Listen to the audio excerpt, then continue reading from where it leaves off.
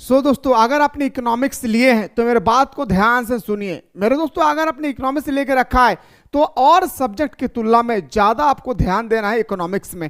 ये बात मैं इसलिए कह रहा हूं क्योंकि सबसे ज्यादा क्लास 12th में जो स्टूडेंट्स फेल होते हैं वो है इकोनॉमिक्स में। तो मेरे दोस्तों, सर हम लोग क्या करें, मुझे समझ में नहीं आ रहा कि कहां से स्टडी करें। तो कुछ नहीं करना है मेरे भाई, प्ले स्टोर से मिसाइल क्लासेस के आपको डाउनलोड कर लेना है। अब जैसे प्ले स्टोर से मिसाइल क्लासेस के आपको डाउनलोड करेंगे ना, अगर आप आर्ट्स लिए हैं तो आर्ट्स का सारा सब्जेक्ट की तैयारी आप फाउंडेशन कोर्स से कर सकते हैं। और अगर आपने इकोनॉमिक्स लिए हैं और आप जो बैकग्राउंड है आपका वो साइंस और कॉमर्स बैकग्राउंड है, तो मेरे दोस्तों इकोनॉमिक्स का एक स्पेशल क्लास स्टार्ट हो चुकी है। इकोनॉमिक्स का मेरे भाई एक स्पेशल क्लास स्टार्ट हो चुकी है। वहां पे मात्र आप 299 रुपया दे करके आप क्लास 11th और क्लास 12th की बेहतरीन तरीके से तैयारी कर सकते हैं। इसलिए मेरे दोस्तों आप लोग जाएं जल्दी से प्ले स्टोर से मिसाइल क्लासेस के आपको डाउनलोड करें, और डाउनलोड करने के बाद यहाँ पे जो कोर्स अवेलेबल कराई गई है, आर्ट्स लिए हैं तो आर्ट्स के फाउंडेशन कोर्स को ज्वाइन करना है, और अगर आपने साइंस और कॉमर्स लेकर रखा है तो इकोनॉमिक्स का स्पेशल कोर्स को ज्वाइन कर लेना है क्लास 12th के लिए। जैसे क्लास 12th के लिए ज्वाइन करेंगे तो क्लास 11th का कोर्स आपको फ्री में मिल जाएगी। तो आइए सर हम लोग बात करने वाले हैं कि आखिर किस प्रकार से 21 मई को हमारे जो एग्जाम होने वाले हैं हमारे इकोनॉमिक्स का, वहां पे किस प्रकार से क्वेश्चन छपने वाले हैं। तो देखिए पहला जो क्वेश्चन है आपके स्क्रीन पे, शानदार क्वेश्चन है मेरे भाई। पहला क्वेश्चन है आपसे पूछा गया कि बताइएगा कि किसने कहा अर्थशास्त्र धन का विज्ञान है। Who told economics is the science of wealth. आखिर ये स्टेटमेंट देने वाला कौन था, आपसे यहाँ पे पूछा जा रहा है। तो बताएंगे सर एडम स्मिथ। याद रखना है मेरे दोस्तों, एडम स्मिथ को ही हम लोग क्या बोलते हैं मेरे भाई, इकोनॉमिक्स का फादर भी कहते हैं। इस चीज को ख्याल रखिएगा, ठीक है। आइए सर अगला क्वेश्चन पे आते हैं, क्वेश्चन नंबर नेक्स्ट पे आते हैं। पूछा गया कि सर आंकड़ों का चित्रमय प्रदर्शन कहलाता है। Diagrammatic representation of data is known as, क्या कहलाता है। तो बताएंगे सर प्रेजेंटेशन कहलाता है, यानी प्रस्तुतिकरण। क्या बताएंगे सर, प्रेजेंटेशन कहलाता है। और इकोनॉमिक्स में क्लास 11th में भी 2 बुक है और क्लास 12th में भी 2 बुक है। दोनों बुक की जबरदस्त तरीके से मैं तैयारी करवाऊंगा क्लास 12th में, थोड़ा सा भी टेंशन नहीं लेना है भाई, ठीक है। आइए सर अगला क्वेश्चन में बात करते हैं। निम्न आंकड़ों से विस्तार ज्ञात कीजिए। विस्तार का मतलब होता है मेरे दोस्तों रेंज। सर रेंज क्या होता है मेरे भाई, तो कुछ नहीं करना है मेरे दोस्तों, सबसे बड़ा जो डाटा है याद रखना है, सबसे छोटे डाटा से आपको माइनस कर देना है। सबसे बड़े डाटा को सबसे छोटे डाटा से माइनस कर देना है, वो हमारा रेंज निकल जाएगा। अब कभी कभी ना हमारा जो है फॉर्मूला पूछ लिया जाता है, तो बताएंगे सर विस्तार जो गुणांक है, विस्तार का जो फॉर्मूला होती है वो होता है हमारा क्या मेरे भाई, तो बताएंगे सर उच्च, यानी मेरे दोस्तों हाई माइनस लो। याद रखना उच्च माइनस निम्न। इस प्रकार आप डाटा को भी आराम से मेरे भाई, कोई भी डाटा अगर आपसे दिया रहे, चाहे वो डेसिमल का रहो या फ्रैक्शन का रहो, आप इजिली से निकाल सकते हैं, है ना। तो याद रखना इसका आंसर जो हमारा हो जाएगा 46, इसका राइट आंसर हो जाएगा। अगला क्वेश्चन पे आते हैं सर कि किसी वृत्त चार्ट के केंद्र पर कुल कितने डिग्री का कोण होती है। देखिए मैं आप लोगों को डायग्राम के माध्यम से दिखाना चाहूंगा। ये जो हमारा वृत्त है, ठीक है ना भाई, ये जो आप लोग वृत्त देख पा रहे हैं, एक बार इजीली से वृत्त को देखिए। ये वृत्त आखिर कितना डिग्री का कोण बनाती है। तो एक बच्चा को भी पूछेगा ना नर्सरी का, वो भी बता देंगे मेरे दोस्तों 360 डिग्री का बनाती है। कितना, 360 डिग्री का बनाती है। लेकिन मेरे भाई कभी कभी ना क्वेश्चन रोटेट किए जाते हैं कि अर्धवृत्त पर कितने डिग्री का कोण बनती है, तो उस समय आपको नहीं बताना है कि 360 डिग्री बनती है। अर्धवृत्त पर जो कोण बनती है मेरे दोस्तों, वो कोण हमारा 180 डिग्री का बनता है। कितना, 180 डिग्री का बनता है। इस बात को याद रखना है, ठीक है। चलिए अगला क्वेश्चन में बात करते हैं सर। क्वेश्चन नंबर नेक्स्ट है कि आयत चित्र आपको बताना है आखिर क्या है। क्वेश्चन नंबर 5 पे आपसे पूछा गया जो आयत चित्र है आखिर वो क्या है। तो बताएंगे सर हमारा जो आयत होती है ना मेरे भाई, वो हमारा 2 डायमेंशन होता है। देखिए मेरे दोस्तों 2 डायमेंशन किसे कहते हैं, जैसे हमारा आयत हो गया, वर्ग हो गई यानी रेक्टेंगल, स्क्वायर हो गया, इसके बाद हमारा सर्कल हो गई, उसके बाद हमारा ट्रायंगल हो गया, ट्रायंगल मतलब त्रिभुज हो गया। ये सब हमारा होता है सर क्या, 2 डायमेंशन। 3 डायमेंशन में किसे शामिल करते हैं सर, तो 3 डायमेंशन में हमारा जैसे घन हो गई यानी क्यूब, घनाभ हो गया क्यूबॉइड, इसके बाद हमारा हो गया मेरे दोस्तों सिलेंडर जिसे हम लोग बेलन कहते हैं, प्रिज्म हो गया, पिरामिड हो गई। ये सब हमारा 3 डायमेंशन है। तो इस बात की याद रखिएगा, जो आयत होती है ना वो 2 भीमाएं आरेखी होती है, नहीं हमारा 2 डायमेंशन होता है, याद रखना है, ठीक है। चलिए सर अगला क्वेश्चन पे बात करते हैं सर। निम्न आंकड़ों से माध्यिका ज्ञात करें। अब आपसे पूछा गया कि मेरे भाई की कैलकुलेट द मीडियन। आपसे क्या पूछा गया मेरे दोस्तों, मीडियन पूछा गया, जो बहुत ही सुंदर तरीके से आपको निकालना है। तो सबसे पहले मेरे भाई इनको आरोही क्रम में सजाना है। क्या असेंडिंग ऑर्डर में आपको सजाना है। और सबसे बड़ी बात यह है ना सर कि ये हमारा असेंडिंग ऑर्डर में एक्चुअली सजा हुआ है। असेंडिंग ऑर्डर में क्या है मेरे भाई, सजा हुआ है, सिर्फ आपको निकालना है। निकालने का जो तरीका होता है, सबसे पहले काउंट करना है।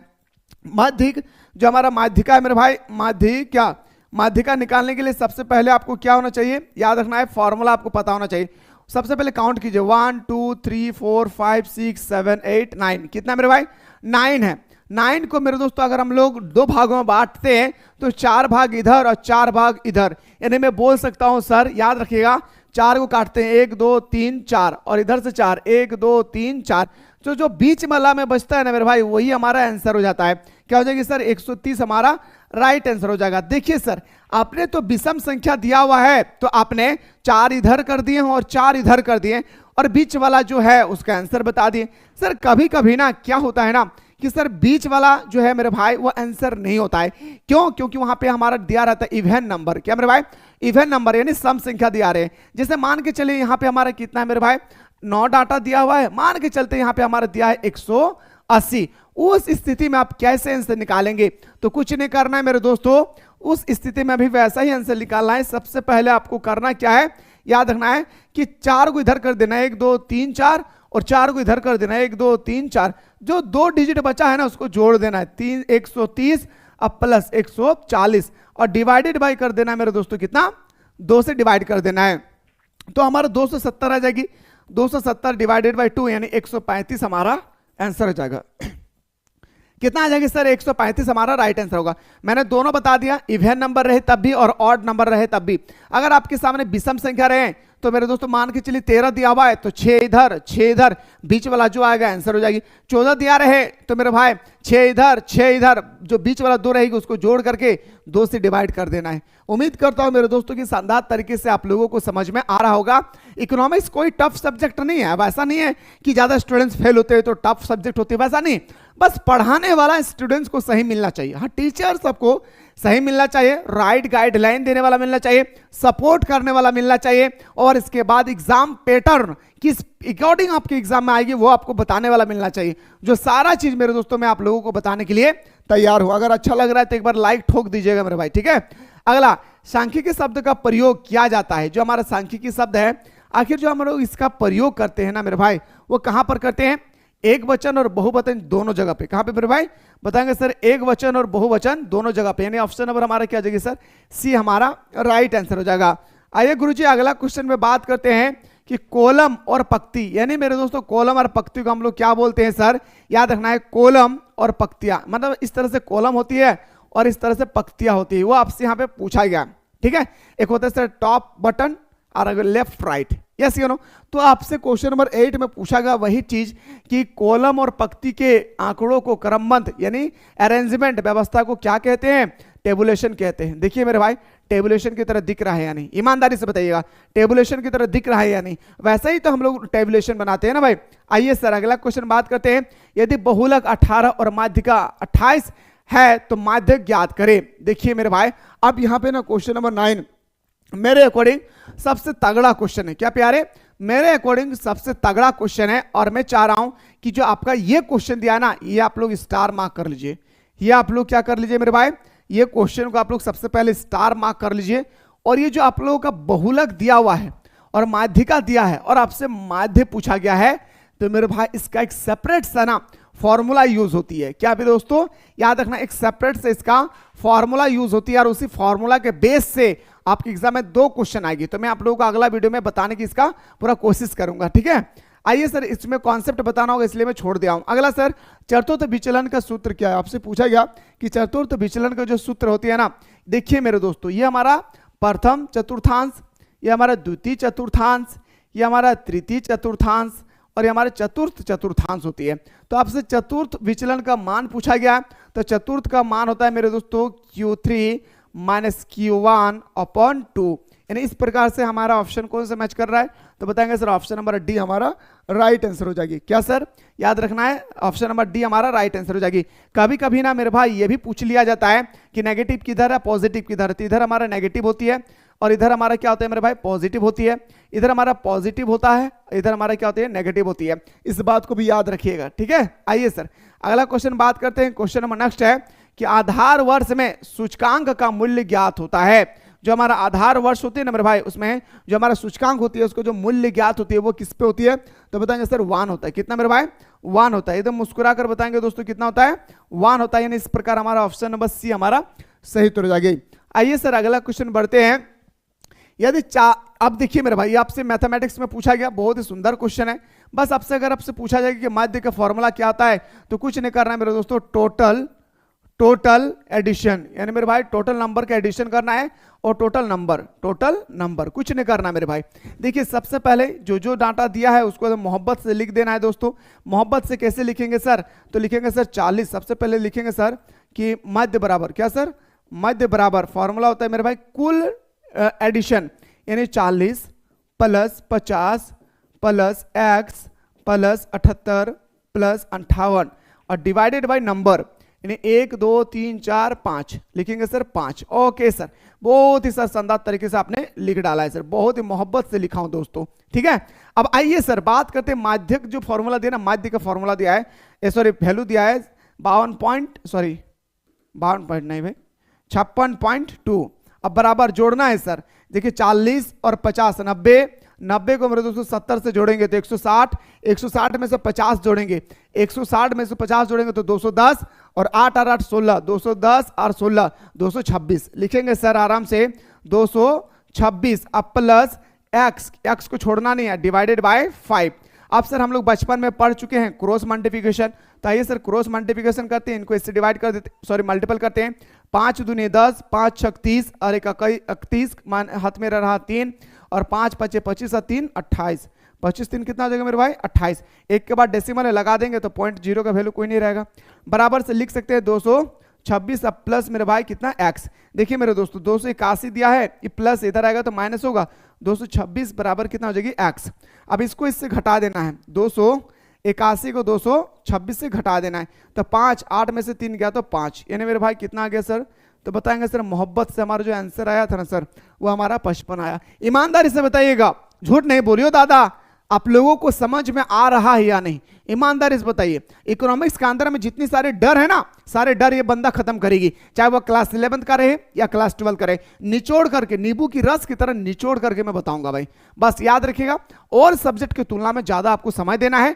और क्लास 11 का फ्री में अगर कोर्स चाहते हैं तो अभी आप लोग प्ले स्टोर से मिसाइल क्लासेस के आपको डाउनलोड कीजिए, और जो आप लोगों का आर्ट्स का जो फाउंडेशन कोर्स है, इस कोर्स को आप लोग ज्वाइन करके मेरे भाई आप ऑल सब्जेक्ट की बेहतरीन तरीके से घर बैठे कम पैसा में सुबह शाम दोनों टाइम हमारे साथ तैयारी कर सकते हैं। याद रखना, क्लास 12 के कोर्स को ज्वाइन करेंगे तो आपको क्लास 11 का कोर्स फ्री में मिल जाएगी, इसलिए लेट ना करें। ज्वाइन करने में कोई दिक्कत होगी, जो नीचे नंबर स्क्रॉल हो रही है इस नंबर पर व्हाट्सएप कीजिएगा, हमारा टीम आपको मोहब्बत से रिप्लाई करेगी। आइए सर अगला क्वेश्चन बात करते हैं। क्वेश्चन नंबर नेक्स्ट पे आते हैं सर। ये प्राथमिक आंकड़े होती है, जो हमारा प्राथमिक आंकड़ा होता है आखिर वह क्या होता है, तो प्राथमिक आंकड़ा होता है मेरे दोस्तों क्या, डाटा कलेक्टेड बाय रिसर्च, यानी मेरे भाई ऑप्शन नंबर हमारा क्या हो जाएगा सर, ऑप्शन नंबर बी हमारा राइट आंसर हो जाएगा। नेक्स्ट क्वेश्चन पे आते हैं सर। क्वेश्चन नंबर हमारा जो 14 दिया हुआ है, पूछा गया है कि निम्न चित्र में सह संबंध का परिणाम क्या होता है, तो सह संबंध का जो परिणाम होती है ना दोस्तों वह स्मॉल r इक्वल टू -1। ये थोड़ा सा आप लोग रट्टा लगा लीजिए, याद रखना है, ठीक है।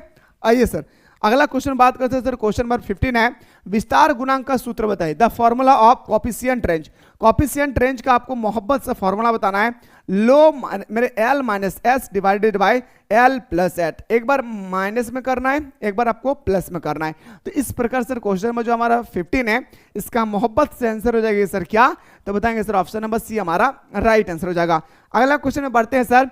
परमाणु विचलन का सूत्र बताए, the formula for standard deviation. अब से स्टैंडर्ड डेविएशन का कभी कभी न्यूमेरिकल में क्वेश्चन में पूछ लिया जाता है, याद रखिएगा। तो बताएंगे सर रूट अंडर क्या होता है मेरे भाई, सिग्मा डी, क्या होता है मेरे दोस्तों, sigma D x2 divided by n, n मतलब नंबर। इस प्रकार हम बोल सकते हैं सर ऑप्शन नंबर हमारा क्या हो जाएगा, डी हमारा राइट आंसर हो जाएगा।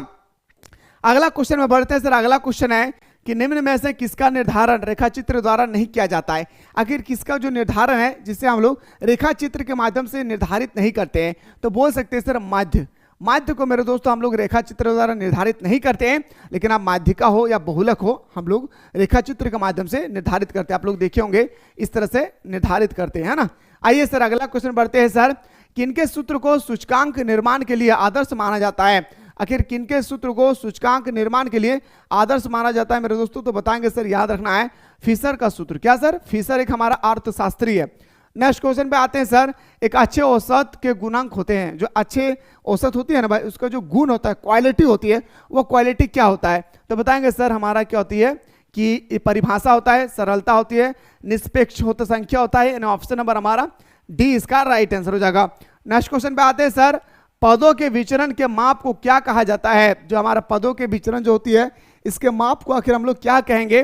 तो बताएंगे सर डिस्पर्जन, यानी अपरिकरण। ऑप्शन नंबर हमारा सी। तो एक बुक आपका अभी यहाँ पे कंप्लीट होगा। अब हम लोग दूसरा बुक को स्टार्ट करते हैं। अब हम लोग दूसरा बुक को आपका स्टार्ट करते हैं। आप देखिएगा मेरे भाई, दूसरा बुक का जो आपके सामने पहला क्वेश्चन है मेरे भाई, वो ध्यान से देखिए। दूसरा बुक का पहला क्वेश्चन, नाबार्ड की स्थापना कब हुई थी? तो नाबार्ड की स्थापना 12 जुलाई 1982 को भी थी। नाबार्ड की जो स्थापना होती है, याद रखना है 12 जुलाई 1982 को इसकी स्थापना होती है। नेक्स्ट क्वेश्चन है सर, श्रम बल और कार्यबल का अंतर होती है। श्रम बल और कार्यबल के अंतर को हम लोग बेरोजगार कहते हैं मेरे भाई। क्या? बेरोजगार श्रम कहते हैं ना। ऑप्शन नंबर हमारा बिल्कुल सही हो जाएगी सर, बी इसका राइट आंसर हो जाएगा। क्या होगा सर? बी इसका हमारा राइट आंसर हो जाएगी। आइए गुरुजी अगला क्वेश्चन बात करते हैं। इनमें से कौन ऊर्जा के पारंपरिक स्रोत में नहीं आता है? ऊर्जा का पारंपरिक स्रोत। अच्छा, अब यहाँ पे सोचने वाली बात है कि सर ऊर्जा का पारंपरिक स्रोत कहते किसको है? तो मेरे दोस्तों जो जीवन में कभी भी पारंपरिक स्रोत देखिए नहीं आता है, वो हमारा जो नहीं आता है वो हमारा है मेरे भाई क्या? सौर ऊर्जा। सर पारंपरिक ऊर्जा, परंपरागत ऊर्जा किसे कहते हैं? तो परंपरागत ऊर्जा जो समाप्त हो जाती है, जिसको यूज करने पर समाप्त हो जाती है, उसे हम लोग परंपरागत ऊर्जा कहते हैं। और गैर परंपरागत ऊर्जा वैसे कहते हैं जो समाप्त नहीं होती है। जैसे जो मेरे भाई समाप्त हो जाते हैं, जैसे हमारा कोयला हो गया, पेट्रोल हो गई, कैरोसिन हो गया, है ना, ये सब क्या है? समाप्त हो जाती है, इसलिए इसको हम लोग परंपरागत ऊर्जा कहते हैं। गैर परंपरागत ऊर्जा उसे कहते हैं जो समाप्त नहीं होता है। जैसे हमारा हो गया क्या? सौर ऊर्जा, पवन ऊर्जा, है ना भाई, भूतापीय ऊर्जा, जलीय ऊर्जा, पवन ऊर्जा, ये सब क्या है सर? गैर परंपरागत ऊर्जा है। ठीक है, अगला क्वेश्चन में बात करते हैं सर। अगला है, चिपको आंदोलन की शुरुआत किसने किया था? अब यहाँ पे क्वेश्चन जो 24 है ना भाई, ये बहुत ही बार पूछा गया आपको एग्जाम में क्वेश्चन है कि हमारे चिपको आंदोलन की शुरुआत आखिर कहाँ से होता है? तो मेरे दोस्तों बताना उत्तराखंड से। उत्तराखंड से। कहाँ बताना है मेरे भाई? उत्तराखंड से बताना। कहाँ से? उत्तराखंड से। ठीक है, लेकिन किसने शुरुआत किया था? सुंदरलाल बहुगुणा। किसने किया था? मोहब्बत से बोलिए, सुंदरलाल बहुगुणा। आइए कि सर अगला क्वेश्चन जो आपसे पूछा गया, पाकिस्तान की अर्थव्यवस्था क्या है? देखिए मेरे भाई, हमारा दुश्मन सा देश पाकिस्तान, ठीक है ना। आइए बताते हैं सर, पाकिस्तान और भारत दोनों क्या है सर? मिश्रित अर्थव्यवस्था है। क्या सर? पाकिस्तान और अफगानिस्तान, सॉरी पाकिस्तान और भारत दोनों क्या है? तो बताएंगे सर दोनों है जो हमारा मिश्रित अर्थव्यवस्था। क्या बताएंगे सर? मिश्रित अर्थव्यवस्था। अगला क्वेश्चन में बढ़ते हैं सर। अगला क्वेश्चन है कि स्वास्थ्य किस प्रकार की आधारिक संरचना का अंग है? स्वास्थ्य जो है किस प्रकार के आधारिक संरचना का अंग है? तो बताएंगे सर सामाजिक। याद रखना है, स्वास्थ्य क्या मेरे भाई? सामाजिक है। कभी हॉस्पिटल जब जाते हैं तो सिर्फ आप ही का इलाज करता है या जितने सारे पेशेंट होती है सबका? तो आप बोलेंगे सर सबका इलाज होती है। क्यों? क्योंकि ये सामाजिक है। याद रखिए, वो क्या है? सामाजिक है। ठीक है, चलिए सर अगला क्वेश्चन में बढ़ते हैं सर। हाँ, अगला क्वेश्चन देखिएगा, पूछा गया कि भारत के आर्थिक सुधारों के संदर्भ में एलपीजी लिक्विड पेट्रोलियम गैस का पूर्ण रूप बताइए। लिक्विड मतलब मेरे दोस्तों एलपीजी का फुल फॉर्म आपसे पूछा जा रहा है कि बताइए आखिर एलपीजी को जो फुल फॉर्म होती है वो क्या होता है? सिंपल सा बात है सर, याद रखना है लिक्विड पेट्रोलियम गैस। क्या बताएंगे sir? Liquid petroleum gas, full form LPG liquid petroleum gas. ठीक है, तो बताएंगे सर ऑप्शन नंबर हमारा क्या हो जाएगा सर? याद रखना है ए। अगला क्वेश्चन बढ़ते हैं सर। अगला क्वेश्चन पे आते हैं, कृषि क्रिया किस क्षेत्र से संबंधित है? अब यहाँ पे थोड़ा सा गौर कीजिएगा। यहाँ पे मैं 3-4 क्वेश्चन बता रहा हूँ, गौर कीजिएगा। देखिए मेरे दोस्तों, प्राथमिक क्रियाकलाप, द्वितीय क्रियाकलाप और तृतीय क्रियाकलाप और चतुर्थ क्रियाकलाप होती है, पर आपके एग्जाम में 3 ही क्रियाकलाप आते हैं। प्राथमिक क्रियाकलाप के अंतर्गत किसको कहते हैं मेरे भाई? तो बताएंगे सर जैसे हमारा कृषि करना। क्या मेरे भाई? कृषि करना, खनन करना, लकड़ी काटना, पशुपालन, पशुचरण, है ना, मछली पालन, ये सब क्या है सर? तो बताएंगे सर ये सब हमारा आता है प्राथमिक क्रियाकलाप। द्वितीय क्रियाकलाप के अंदर में क्या आता है सर? विनिर्माण, निर्माण। सर विनिर्माण का मतलब क्या होता है सर? विनिर्माण का मतलब होता है कि कच्चे माल से पक्का माल तैयार करना है, यानी मेरे भाई लकड़ियों के माध्यम से आप घर बना लेना, यह विनिर्माण हो गया। फिर कच्चे, मान के चले प्लास्टिक के कच्चे पदार्थ से कोई अच्छा पदार्थ बना लिए, जैसे गले हुए पिघले हुए प्लास्टिक से आपने जग बना लिए, बाल्टी बना लिए, ये तो विनिर्माण है। अब आते से तृतीय क्रियाकलाप क्या है? तो तृतीय क्रियाकलाप के अंतर्गत सेवा प्रदान होती है। क्या मेरे भाई? सेवा होता है। क्या दोस्तों? सेवा। सर सेवा क्या है? तो बताएंगे सर यातायात।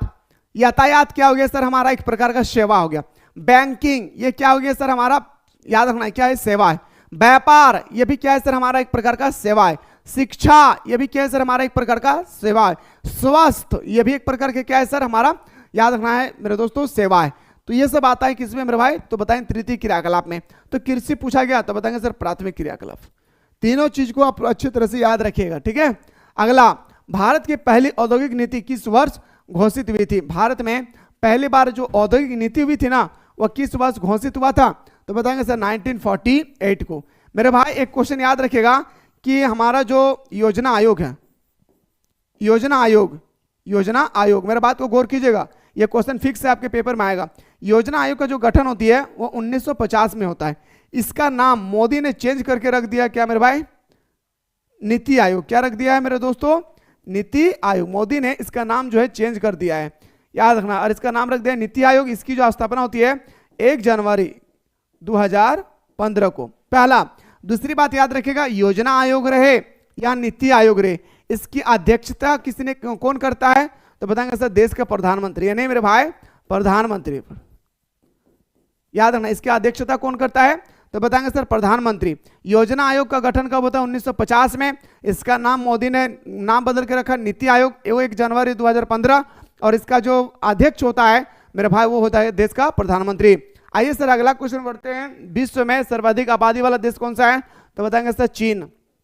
नेक्स्ट क्वेश्चन पे आते हैं सर, हरित क्रांति संबंधित है। आखिर जो हरित क्रांति है इसमें हम 2 क्वेश्चन बताएंगे भाई। हरित क्रांति सबसे पहले आप लोग जान लीजिए मेरे भाई कि हरित क्रांति का जनक किसे कहा जाता है। भारत में अगर हरित क्रांति का जनक कहा जाएगा तो डॉक्टर बोरलॉग को, सॉरी डॉक्टर स्वामीनाथन को, स्वामीनाथन, ठीक है। अगर आपसे विश्व में हरित क्रांति का जनक पूछा जाएगा, विश्व में हरित क्रांति के जनक बताइए, तो डॉक्टर बोरलॉग को। क्या मेरे भाई? डॉक्टर बोरलॉग, याद रखना, इस बात को याद रखिएगा। अगर आपसे भारत में कहा जाएगा तो स्वामीनाथन, और विश्व में हरित क्रांति का जनक कहा जाएगा तो बताएंगे सर डॉक्टर बोरलॉग को। इस बात को याद रखना है। और हरित क्रांति में किस फसल पे ध्यान दिया गया था? तो बताएंगे सर सबसे ज्यादा गेहूं पर। सर कौन सा राज्य में? तो बताएंगे सर याद रखना है पंजाब में। पंजाब हरियाणा, तो इस बात को याद रखना है, पंजाब में सबसे ज्यादा ध्यान दिया गया था। आखिर हरित क्रांति मेरे भाई, जो हरित क्रांति हुई थी ना, वो मेरे दोस्तों आखिर शुरुआत किसने किया था? तो हरित क्रांति की शुरुआत अगर मैं बात करूं मेरे दोस्तों, ये प्रथम पंचवर्षीय योजना में ही हमारी शुरुआत हो गई थी, जो 1951 से लेकर 1956 के बीच में चला था भाई, ठीक है। तो इसमें ध्यान दिया गया था HY बीज पर, कृषि पर, रासायनिक उर्वरक पर। यानी ऑप्शन नंबर हमारे क्या जगह सर? ऑप्शन नंबर हमारा बिल्कुल सही तो जगह सर डी इसका राइट आंसर हो जाएगा। जितना सारा क्वेश्चन बता रहा हूं ना, याद रखना, एक एक क्वेश्चन को मेरे दोस्तों याद रखना है, छोड़ना नहीं है भाई। अगला, फेमा कब लागू हुआ? आपसे पूछा गया व्हेन एज फेमा, आपसे पूछा गया मेरे भाई। फेमा एक प्रकार का संगठन है। अगर फेमा कब लागू हुआ था? तो 1 जून 2000 को लागू हुआ था। अगला है सर, मैं फिर से कह रहा हूं मेरे भाई कि अगर आप चाहते हैं सर क्लास 12 में बेहतरीन तरीके से मुझे तैयारी करना है और क्लास 11 का सारा कोर्स फ्री में चाहिए, तो आप प्ले स्टोर से मिसाइल क्लासेस के आपको डाउनलोड कर लीजिए। आप जैसे प्ले स्टोर से मिसाइल क्लासेस के आपको डाउनलोड करेंगे तो यहाँ पे एक आर्ट्स का फाउंडेशन कोर्स है। इस आर्ट्स के फाउंडेशन कोर्स को आपको एनी हाउ, क्या सब काम छोड़ करके आर्ट्स के फाउंडेशन कोर्स को ज्वाइन कर लेना है। आप जैसे आर्ट्स के फाउंडेशन कोर्स को ज्वाइन करेंगे तो मेरे दोस्तों आपके सामने कंटेंट आएगी। कंटेंट में आप क्लिक कीजिएगा तो मेरे भाई ये तो आपका क्लास 12 का जो क्लास है वो तो चल ही रहा है। अगर आप क्लास 11 का भी क्लास देखना चाहते हैं ना, तो क्लास 11 का ऑल इंपॉर्टेंट क्वेश्चन मैंने डाल के रखा है, चाहे वो मॉडल पेपर हो या आपका प्रीवियस क्वेश्चन हो या सिलेक्टेड क्वेश्चन हो या ऑनलाइन टेस्ट सीरीज हो, वो सारा क्वेश्चन को बेहतरीन तरीके से दोस्तों मैंने डाल के रखा है। इसलिए लेट ना करें, ये मौका बार बार आने वाला नहीं है। 999 रुपया का जो कोर्स है आपको मात्र 399 रुपया मिल रही है, वो भी 2026 तक आपको स्टडी कराई जाएगी। आइए सर बात करते हैं अगला क्वेश्चन पे कि किस प्रकार की निर्धनता, निर्धनता का मतलब गरीबी, निर्धनता का मतलब क्या होता है मेरे शेर सरनियों? तो बताएंगे सर गरीबी होता है। क्या होता है? गरीबी होते हैं। आय की असमानता एवं वितरण का संबंध है। तो 33 को जो हमारा राइट आंसर होगा निरपेक्ष निर्धनता, यानी ऑप्शन नंबर हमारा ए हमारा राइट आंसर हो जाएगी। अगला है सर भारत में आर्थिक सुधार का प्रारंभ किया गया। भारत में जो हमारा आर्थिक सुधार थे वो आखिर कब प्रारंभ हुए थे मेरे भाई? कब आरंभ हुआ था? तो 1991 को 1991 में शुरू किए गए थे। अगला क्वेश्चन आते हैं सर जैविक कृषि एक क्या है भाई? तो जैविक कृषि एक तरह धारणीय है भाई। क्या है? धारणीय कृषि है ना। ऑप्शन नंबर हमारा बी इसका राइट आंसर हो जाएगा। अगला है सर मानव सूचकांक, मानव विकास सूचकांक। ये आपको क्लास 12 के जियोग्राफी में बुक में पढ़ना होगा। एक सेपरेट से चैप्टर है मानव विकास, वहां पे आपको ये पढ़ना होगा। ह्यूमन डेवलपमेंट इंडेक्स मापदंडों का एक सूचक है भाई। ह्यूमन डेवलपमेंट इंडेक्स का याद रखना है संस्थापक कौन है? डॉक्टर महबूबुल हक। महबूबुल हक याद रखना है मेरे भाई। डॉक्टर महबूबुल हक जो है मेरे भाई वो क्या है? वो हमारा मानव विकास सूचकांक का निर्माण किया था। और मानव विकास सूचकांक का निर्माण करने वाला डॉक्टर महबूबुल हक आखिर किस देश के निवासी थे? तो बताएंगे सर पाकिस्तान के। नापाक सदेश पाकिस्तान। क्या मेरे भाई? नापाक सदेश पाकिस्तान। ठीक है, तो बताएंगे सर याद रखना है मानव विकास के जो सूचकांक जो मापदंड होती है वो जो हमारा तैयार किया जाता है ना, वो आपसे यहाँ पे पूछा गया। तो बताएंगे सर सामाजिक कल्याण के लिए। किसके मेरे भाई? सामाजिक का सूचक है। ऑप्शन नंबर बी हमारा राइट आंसर हो जाएगा। आइए सर अगला क्वेश्चन बात करते हैं। निम्न में से कौन भारत का निर्धन राज्य है? यानी भारत का सबसे गरीबी राज्य क्या है भाई? तो बताएंगे सर बिहार। भारत का सबसे गरीबी राज्य है हमारा बिहार। दूसरा क्वेश्चन याद रखिएगा कि भारत का सबसे ज्यादा पढ़ा लिखा राज्य वो केरल। साक्षरता याद रखना है, साक्षरता याद रखना मेरे भाई। सबसे ज्यादा साक्षरता वाला कौन राज्य है? केरल है भाई। ठीक है, आइए सर अगला क्वेश्चन है सर अभी मैंने बताया नीति आयोग का गठन कब हुआ? 1 जनवरी 2015 को। कब मेरे भाई? 1 जनवरी 2015 को हमारे नीति आयोग का गठन हुआ। और नीति आयोग का नाम पहले योजना आयोग था। और योजना आयोग का जो स्थापना हुई थी 1950 में। और योजना आयोग का अध्यक्ष कौन होता है? तो देश के प्रधानमंत्री भाई। ठीक है, आइए सर अगला क्वेश्चन पे आते हैं कि उदारीकरण के प्रतिकूल प्रभाव है। आपसे पूछा गया उदारीकरण के प्रतिकूल प्रभाव क्या है मेरे भाई? तो कृषि संकट, लघु उद्योग और हमारा असमान आय का असमानता, यानी ऑप्शन नंबर हमारा डी इसका राइट आंसर हो जाएगी। नेक्स्ट क्वेश्चन पे आते हैं सर मनरेगा का संबंध किससे है? मेरे भाई मनरेगा का तो एक ही सिंपल है, रोजगार प्राप्त करना। मनरेगा का नाम मेरे दोस्तों रख दिया क्या? नरेगा। याद रखना क्या नाम रख दिया है? उसका बदल करके नरेगा। इसमें कितना दिन तक काम दिया जाता है? तो बताएंगे सर 100 दिन तक। इसमें 100 दिन तक जो बेरोजगार लोग हैं उसको रोजगार प्रदान किए जाते हैं। और मेरे दोस्तों रोजगार ना मिलने पर उनको पैसा भी दिया जाता है। तो ये था सर एक सेट जो बिल्कुल आपके एग्जाम के अकॉर्डिंग आएगी। बाकी आप लोग सारा सेट अगर बेहतरीन तरीके से देखना चाहते हैं तो मैंने यहाँ पे फ्री करके रखा है। आप इजीली से जा करके मेरे दोस्तों आसानी तरीके से सारे नोट को देख सकते हैं। तो इसलिए जाइए प्ले स्टोर से मिसाइल क्लासेस के आपको डाउनलोड कर लीजिए। बात करता हूँ नेक्स्ट वीडियो में।